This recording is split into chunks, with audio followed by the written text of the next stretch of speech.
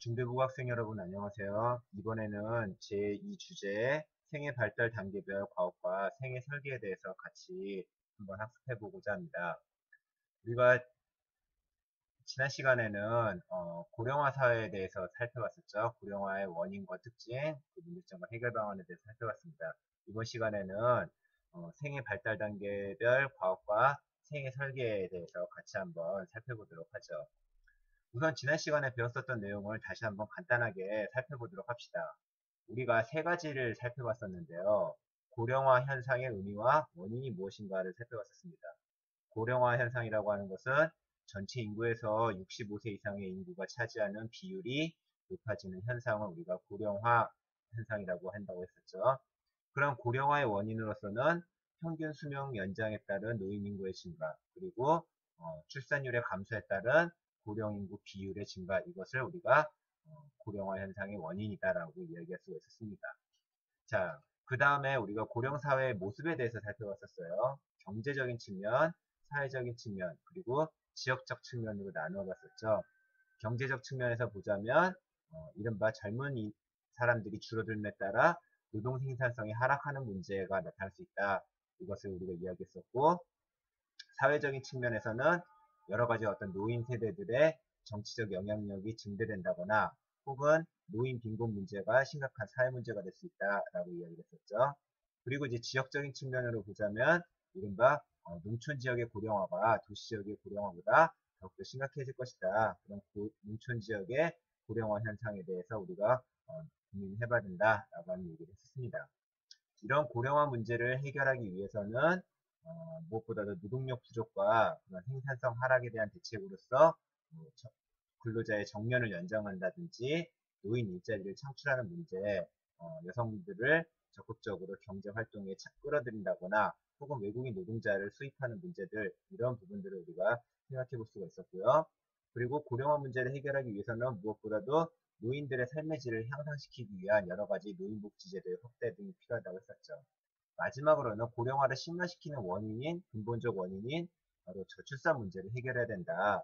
그러기 위해서는 출산에 대한 장려금을 지원하는 것과 동시에 일과 가정의 양립이 이루어질 수 있도록 각종 육아 휴직이라든지 보육시설 등을 증설해야 된다라고 하는 것을 지난 시간에 살펴봤습니다.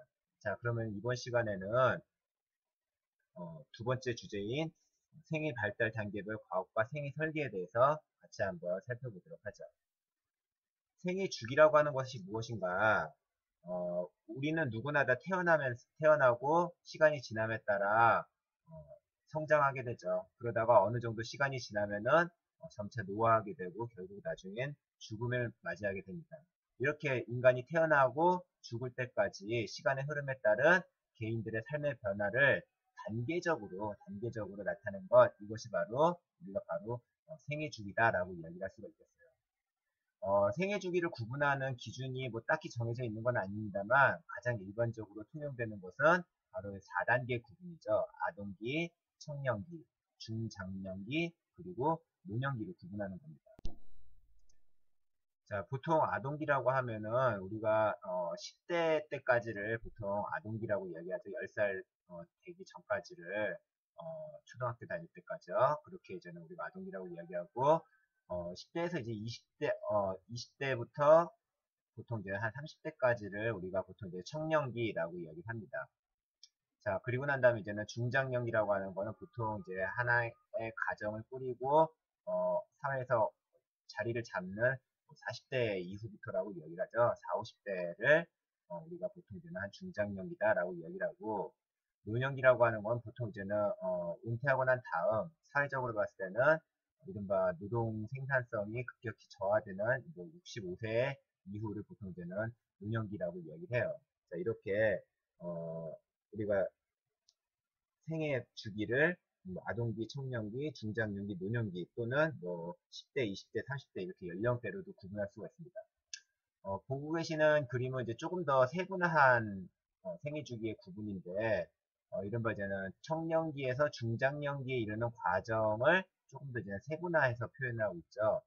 보통 이제 우리가 결혼을 하게 되면 이제 신혼기를 거쳐서 자녀가 어렸을 초등학교 갈 때까지 어떤 이제 자녀 양육 1기, 그리고 사춘기 이후에 어떠냐면 청년으로 성장하는 자녀 양육 2기를 거쳐 이제 성인이 되어 결혼할 때까지 자녀를 독립시키는 이러한 어떤 이제 과정으로 구분할 수가 있겠고, 또는 이제는 뭐 결혼은 했지만 자녀를 낳지 않는 사람이 있을 수 있습니다. 그렇죠? 이른바 무자녀, 중장년기를 보낼 수도 있겠고, 그리고 이제는 결혼을 하지 않는 사람들이 있을 수 있겠죠. 뭐 안타까운 일입니다만, 이런 이제 청년기에서 그냥 독신으로 이제 중장년기를 보내다가 나중에 이제는 그 노년이 되는 늙어가게 되는 그런 노년기를 누구나 다 겪게 될 수가 있겠죠. 이렇게 생애 주기를 몇 가지 단계로 구분할 수가 있겠습니다. 자, 그렇다면은 이러한 이제 생애 주기의 단계별로 사람들이 살아감에 따라 사람들이 살 때 요구되는 그런 이제는 과업들이 있을 거예요. 주로 이제 아동 청소년기에는 주로 이제 학교 생활을 통해서 나중에 사회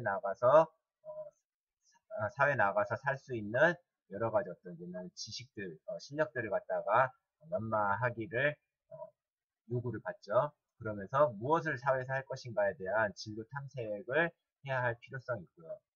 청년기 때는 성인으로서의 여러 가지 어떤 신념들, 즉 내가 사회인으로서, 사회 구성원으로서 무엇을 할 것인가, 어떠한 존재로서 살아갈 것인가, 이것을 확립하는 시기. 그러면서 지금까지는 이제 부모의 지원을 받으며 살아왔었지만 어엿한 어떤 독립적 개체로서 부모의 어떤 그늘을 벗어나는 이른바 경제적 독립을 위한 여러 가지 노력들. 뭐 여기에는 이제 취업 같은 것이 있겠죠, 그렇죠?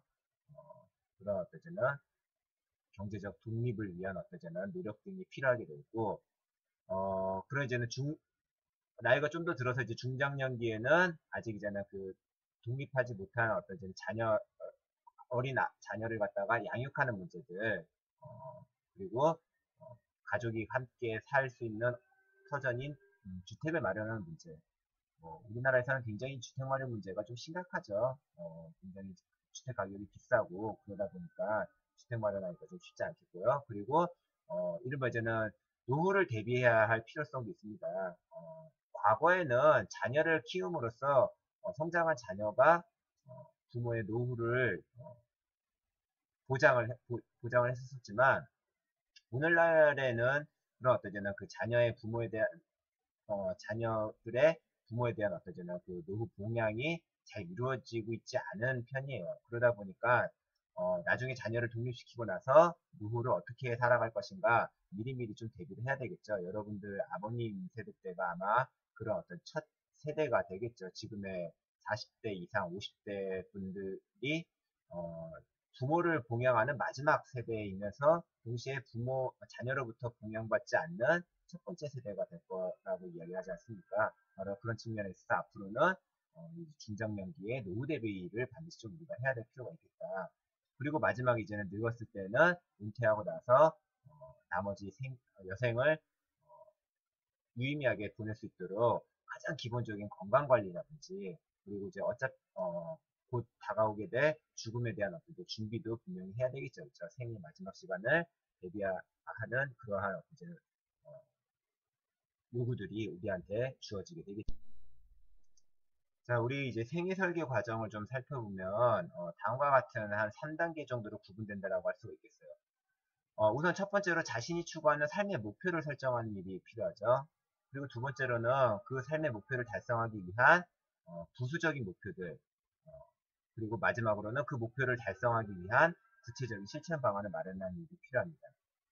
예를 들어서 자, 나는 사회를 조금 더 살기 좋은 곳으로 만들고자 하는 그러한 사람이 되겠다라고 하는 목표를 가지고 있다면, 그런 사회를 좀 더 살기 좋은 방향으로 변화시키기 위해서는 어떠한 사회 내에서 자신이 맡은 역할이 있어야 되겠죠. 뭐 정치인이 될 수도 있겠고, 혹은 뭐 기업인이 될 수도 있겠고, 아니면은 사회운동가가 될 수도 있을 거예요.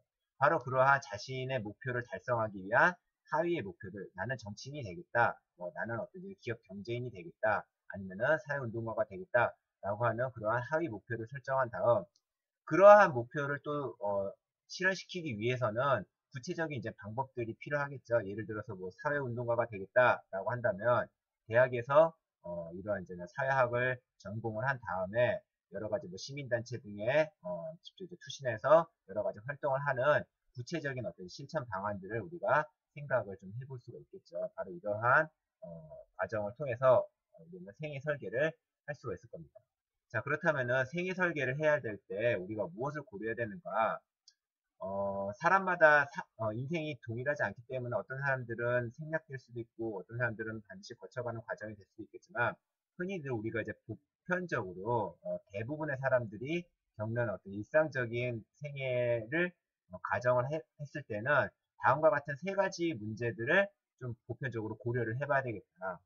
첫 번째로는 내가 어떠한 교육을 받을 것인가, 그리고 그 교육을 통해 얻은 능력을 바탕으로 이 사회에서 어떠한 역할을 담당할 것인가에 대한 부분을 우리는 반드시 좀 고민을 해봐야 된다. 즉, 개인이 추구하는 가치에 따라 어떤 진로와 직업을 선택해야 할지, 그리고 그에 맞는 어떤 교육을 받아야 할지, 이런 부분들을 생애 설계를 할 때 우리가 좀 고려를 해봐야 되고요.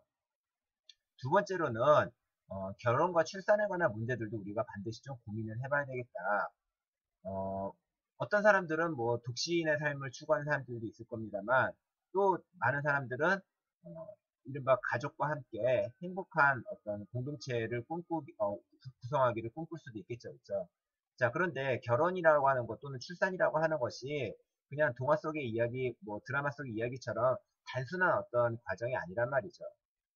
특히 오늘날에는 뭐 각종 이제 노인 문제, 뭐 저출산 문제, 각종 이제 자녀 양육 문제들이 많습니다. 뭐 예를 들면은 굉장히 자녀 양육을 하기 위해서 들어가는 경제적 부담이 많은 편이죠.